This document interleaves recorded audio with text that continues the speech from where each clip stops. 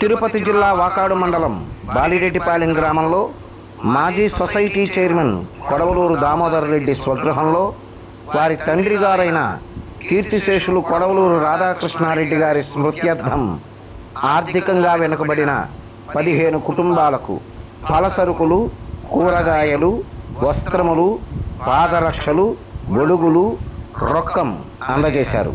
ఈ సందర్భంగా తిరుపతి జిల్లా అర్చక సలహా మండలి సభ్యులు డివి అనంతాచార్యులు మాట్లాడుతూ కీర్తిశేషులు కొడవలూరు రాధాకృష్ణారెడ్డి గారి 5వ వర్ధంతి సందర్భంగా వారి కుమారులు దామోదర రెడ్డి తండ్రి స్మృత్యర్థం 80,000 రూపాయల విలువ చేసే వస్త్రములు, ఫలసరుకులు, కూరగాయలు, రొక్కం, పాదరక్షలు, గొడుగులు మరియు 2 విద్యార్థులకు ఆర్థిక ప్రోత్సాహకాన్ని అందజేయడం చాలా సంతోషకరమని, ఈ సందర్భంగా వారికి హృదయపూర్వక ధన్యవాదములు తెలియజేస్తున్నామన్నారు.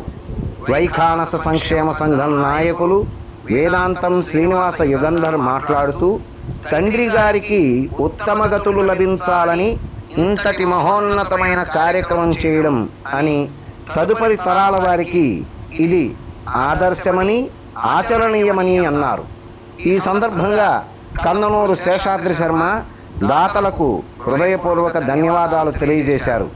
ఇటువంటి మరెన్నో సత్కార్యాలు చేయాలని మనస్ఫూర్తిగా ఆశిస్తున్నామన్నారు. కార్యక్రమంలో అరసి నరేష్ శర్మ, హేమంత్ కుమార్ శర్మ, శివకుమార్ శర్మ, సాయిబాబు, శ్రీరామసేన సభ్యులు శేఖర్, వంశీ, పవన్, వెంకటేష్ తదితరులు పాల్గొన్నారు.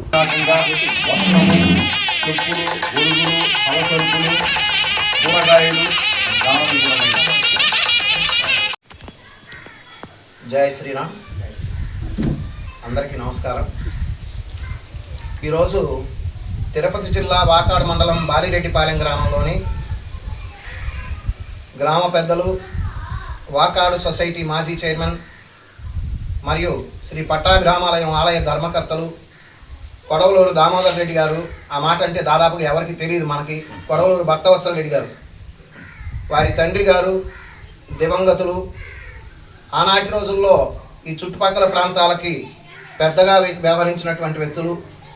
కొడవలూరు రాధాకృష్ణారెడ్డి గారి స్మృత్యర్థం 15 కుటుంబాలకి ఈరోజు గొడుగులు, పాదరక్షలు, వస్త్రములు, తాంబూలం, దక్షిణ మరియు పలసరుకులు, కూరగాయలను సుమారుగా 80,000 రూపాయల పై విలువ చేసేటటువంటి వస్తువులను ఈరోజు 15 కుటుంబాలకు అందజేయడం, అంతేకాకుండా 2 ఆర్థికంగా వెనుకబడిన విద్యార్థులకు వాళ్ళిద్దరికీ ఆర్థిక ప్రోత్సాహకంగా ఉంటుందని, పిహెచ్డి చేస్తున్నటువంటి ఒక విద్యార్థికి, అలానే ఎంసీఏ చేస్తున్నటువంటి ఒక విద్యార్థినికి, వీరందరికీ వారి తండ్రి గారి జ్ఞాపకార్థం సత్కార్యాలతో వారికి ఉత్తమ గతులు లభించాలనేటటువంటి ఉన్నతమైన ఆలోచనలతోటి ఈ కార్యక్రమాన్ని ఈ గత 5 సంవత్సరాలుగా చేస్తూనే ఉన్నారు. అదేవిధంగా శ్రీ రాధాకృష్ణారెడ్డి గారికి ఉత్తమ గతులు, శాశ్వత వైకుంఠ ప్రాప్తి కలగాలని, భగవంతుడి మంగళాశాసనాలు ఎప్పుడూ వారి కుటుంబానికి ఉండాలని, ఇదే విధంగా సత్కార్యాలతో వారి జీవితాలను సుసంపన్నం చేసుకోవడమే కాకుండా 10 మందికి గ్రామ పెద్దగా అంటే పెత్తనం చెలాయించడమో, లేకపోతే ఏదైనా రాజకీయంగా మనుగడ కొనసాగించుకోవడమో, ఎత్తుగడలు వేయడమో కాకుండా 10 మందికి ఆదర్శవంతంగా ఉండడానికి ఏం చేయాలో బాగా దగ్గరగా చూసిన వాడిని. వారితోటి నాకు అనుబంధం చాలా గొప్పది. వారు ఉదయం పూట సుమారుగా ఒక 50-60 మంది వస్తే మధ్యలో 3-4 సార్లు లోపలికి వెళ్ళి వచ్చేవాళ్ళు. చూసే వాళ్ళకి తెలిసేది కాదు ఎందుకు వెళ్ళారు, ఎందుకు వచ్చారని. ఆ సందర్భంలో నేనేదో ఒక పని కోసం లోపలికి వస్తే వారి తండ్రి గారిని మొదటిసారి బ్రష్ చేసుకోవడానికి లోపలికి తీసుకెళ్ళి వచ్చి మళ్ళీ ఇక్కడ వచ్చినటువంటి వాళ్ళతో మాట్లాడేవాళ్ళు. ఆ తర్వాత మరలా స్నానం చేయించడానికి అయిపోయిన తర్వాత ఏమన్నా తిన్నారా లేదా చూడడానికి. చూసిన వాళ్ళు ఏంటంటే పదే లోపలికి వెళ్తున్నారు, మనల్ని ఇక్కడ కూర్చోబెట్టని. తండ్రికి సేవ చేసుకోవడం ఒక బాధ్యతగా వారు రామాలయాన్ని వారికి అనుకోకుండా ధర్మకర్తృత్వం వచ్చింది. వారికి ఒక రోజులో ఒక ఉభయం, సంవత్సరంలో ఒక ఉభయం ఉండేది. గ్రామస్తులందరూ కలిసి వారికి తీసుకొచ్చి బంగారుపాలెంలో పెట్టించారు.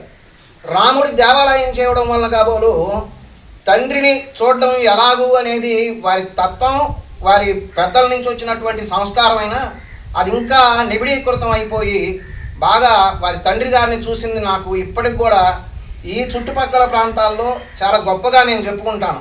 వారి దగ్గర నేను దేవాలయంలో చేయడం అనేది, అటువంటి వ్యక్తుల మధ్యలో మనం ఉండడం చాలా సంతోషం.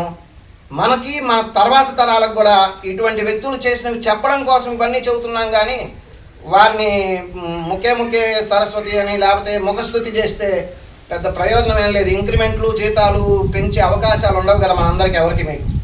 కాబట్టి ఇవి మన తర్వాత తరాల వాళ్ళకి. వృద్ధుల్ని కొంతమందిని మిమ్మల్ని తీసుకొచ్చింది కాకుండా ఈరోజు ఎక్కువ మంది యువకులను కూడా పిలిచాం. ఎందుకంటే ఈ చేసే కార్యక్రమం ఎందుకు చేస్తున్నారు అనేది తెలియడం కోసమే. మనందరం కూడా అదే విధంగా ఉండడానికి ప్రయత్నిద్దాం.